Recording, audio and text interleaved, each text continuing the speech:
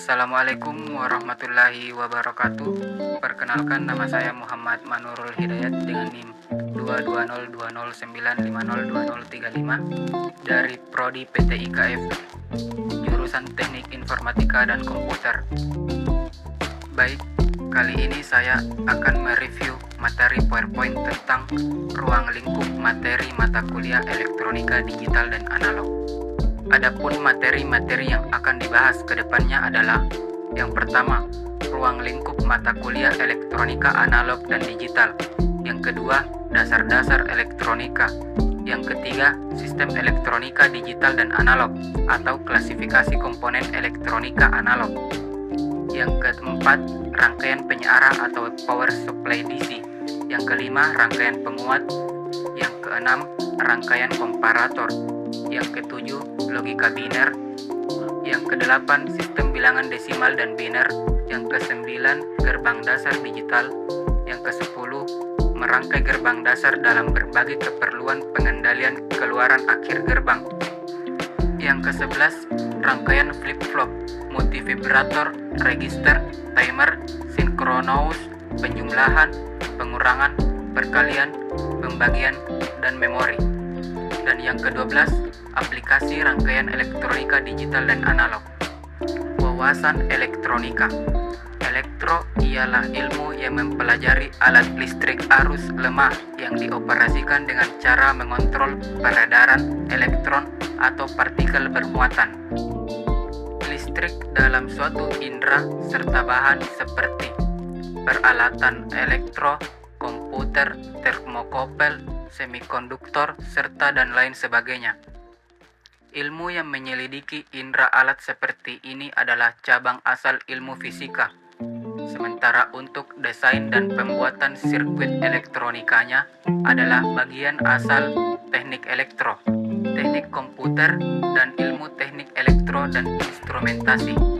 Alat-alat yang menggunakan dasar kerja elektronika ini disebut sebagai peralatan elektronik atau electronic gadgets. Contoh peralatan atau peranti elektronik ini seperti tabung sinar katode atau katode ray tube, CRT, radio, TV, perekam kaset video atau VCR, perekam VCD, perekam DVD, kamera video, kamera virtual, laptop pribadi, komputer laptop, PDA asisten virtual pribadi atau biasa disebut personal virtual assistant (PVA). Selanjutnya ialah sejarah perkembangan elektronika. Sebuah elektron dapat berpindah dari sebuah konduktor ke konduktor lainnya melewati ruang hampa, seperti yang disebutkan Thomas Edison tahun 1883. Aplikasi tabung elektron pertama di dunia yang diterapkan dalam bidang komunikasi radio. Mengembangkan telegraf tanpa kabel atau wireless telegraph pada tahun 1896 dan komunikasi radio jarak jauh pada tahun 1901.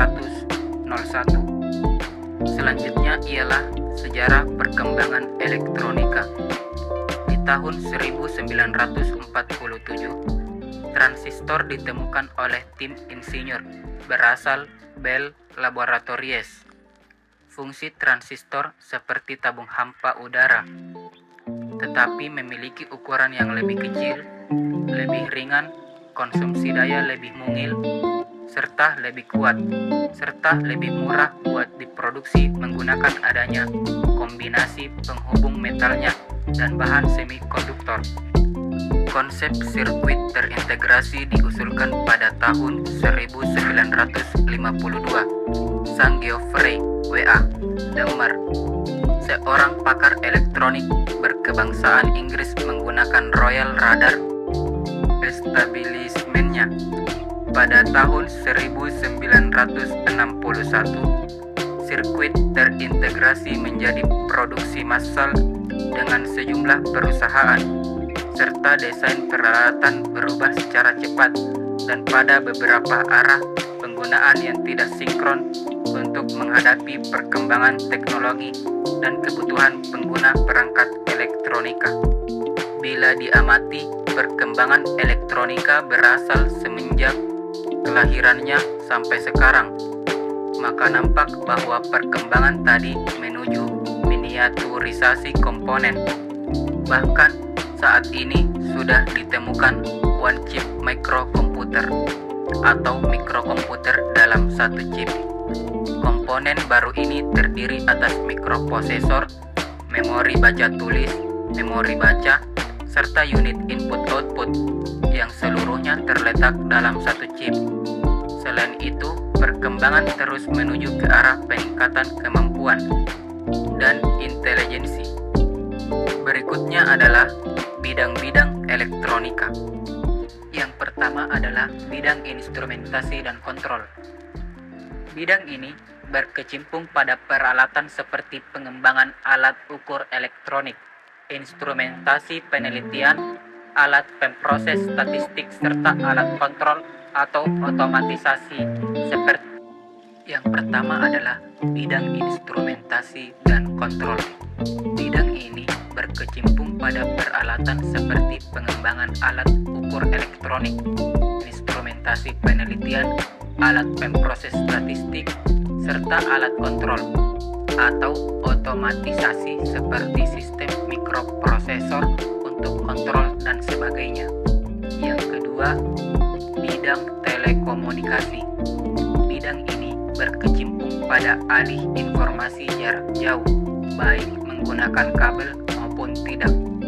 Sebagai contoh, pengembangan komunikasi telepon menggunakan relay elektronik, komunikasi statistik menggunakan komputer dan telepon, dan sebagainya. Yang ketiga, bidang elektronika konsumer.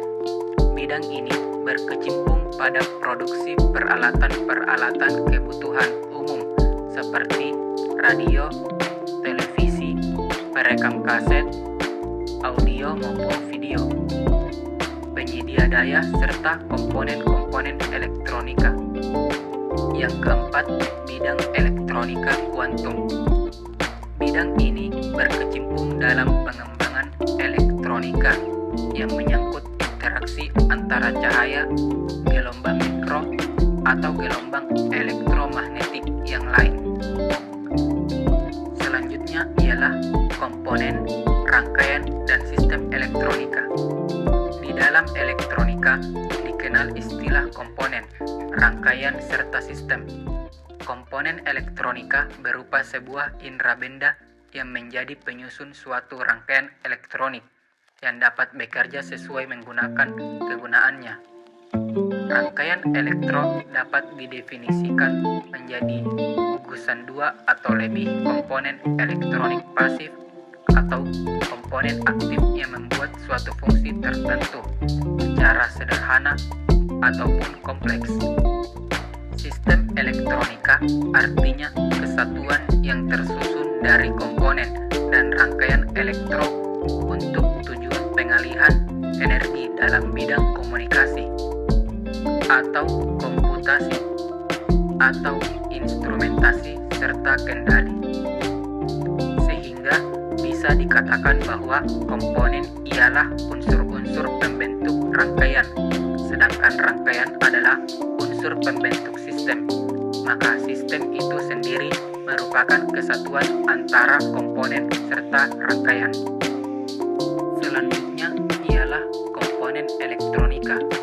Yang pertama, komponen aktif atau memperkuat sinyal adalah komponen di dalam rangkaian elektronik yang mempunyai penguatan atau menurut definisi alternatif juga mengarahkan aliran alur listrik. Bagian-bagiannya adalah dioda, transistor, IC atau integrated circuit, saklar atau switch. Yang kedua, komponen pasif atau tidak memperkuat sinyal merupakan komponen-komponen yang tidak dapat dengan sendirinya membangkitkan tegangan atau arus. Dengan kata lain, komponen pasif ialah komponen komponen yang dapat bekerja tanpa catu daya. Dan bagiannya adalah resistor, kapasitor, induktor. Selanjutnya adalah rangkaian diskrit, merupakan rangkaian elektronik yang komponen-komponennya diletakkan di atas papan rangkaian seperti PCB atau printed circuit board. Hubungan antara komponen dilakukan melalui konduktor. Selanjutnya, rangkaian terpadu adalah hubungan antara komponennya terpadu dalam suatu chip atau keping, biasa disebut silikon, merupakan sebuah kristal silikon kecil yang disebut chip mengandung komponen elektronika. Berikutnya ialah sistem elektronika. Yang pertama adalah elektronika analog, merupakan jenis rangkaian elektronika yang dipakai untuk mengolah sinyal atau isyarat yang bersifat sinambung. Perubahan sinyal ini adalah sedikit demi sedikit, meliputi semua titik pada amplitude sinyal maksimum dan minimumnya. Yang kedua adalah elektronika digital. Elektronika digital adalah sistem elektronika yang menggunakan isyarat digital. Elektronika digital adalah representasi dari aljabar boolean dan digunakan di komputer, telepon genggam, dan berbagai produk konsumen lainnya. Dalam sebuah sirkuit digital, sinyal dipresentasikan dengan satu dari dua macam kondisi, yaitu satu, high, aktif, true, dan 0, low, non-aktif, dan false.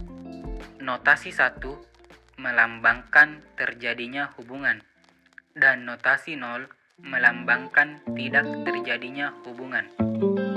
Contoh yang paling gampang untuk memahami pengertian ini adalah saklar lampu. Ketika kalian tekan on, berarti terjadi hubungan, sehingga dinotasikan sebagai 1. Ketika kalian tekan off, maka akan berlaku notasi 0.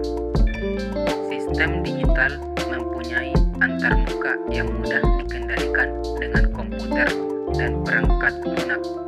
Penyimpanan informasi jauh lebih mudah dilakukan dengan sistem digital tersebut dibanding dengan sistem analog. Kesimpulan dari materi review tersebut adalah sistem analog dan sistem digital sering digunakan oleh seseorang, baik dalam dunia teknologi maupun sosial.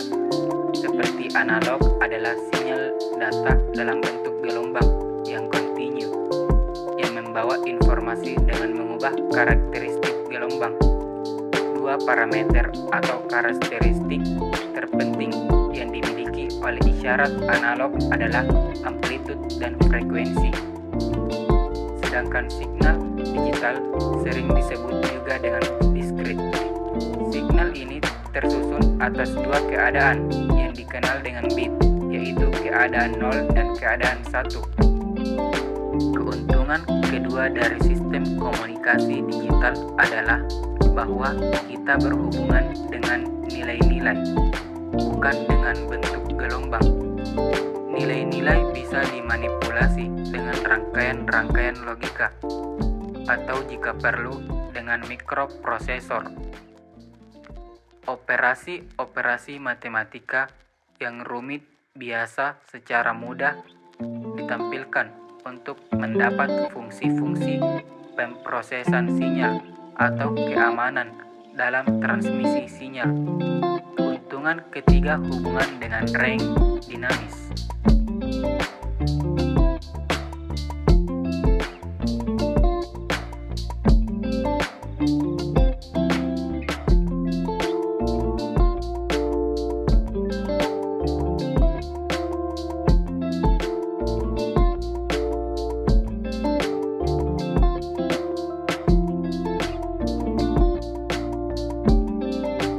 Mungkin sekian materi dari review saya. Kurang dan lebihnya mohon dimaafkan. Sekian, Assalamualaikum warahmatullahi wabarakatuh.